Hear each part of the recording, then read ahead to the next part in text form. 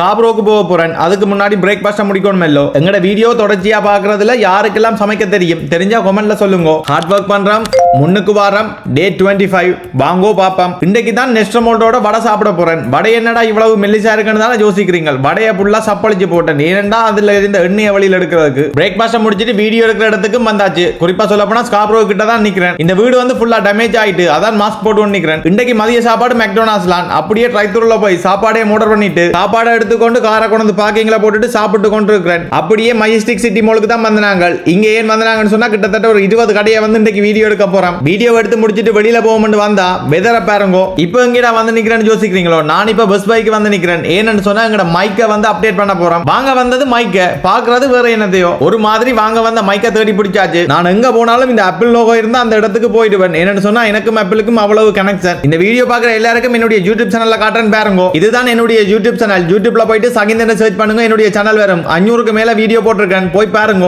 வந்தது மைக் வாங்குறதுக்கு வந்த வேலை முடிஞ்சது. அப்படியே வெளியில போகும்போது வந்தா நீங்களே பாருங்க வெளியில வெதர் வந்து எப்படி இருக்குன்னு. இந்த வருடம் ஸ்னோ வந்து ஏதோ செய்யத்தான் போகுது போல இருக்கு. இந்த ஸ்னோ காலையும் கார் ஓடி வீட்டை வந்தாச்சு. நேரம் வந்து 12 மணி. பிளேண்டி குடிக்கணும் போல இருந்தது. பிளேண்டியை வச்சு குடிச்சிட்டு படுத்தது தான் தெரியும்.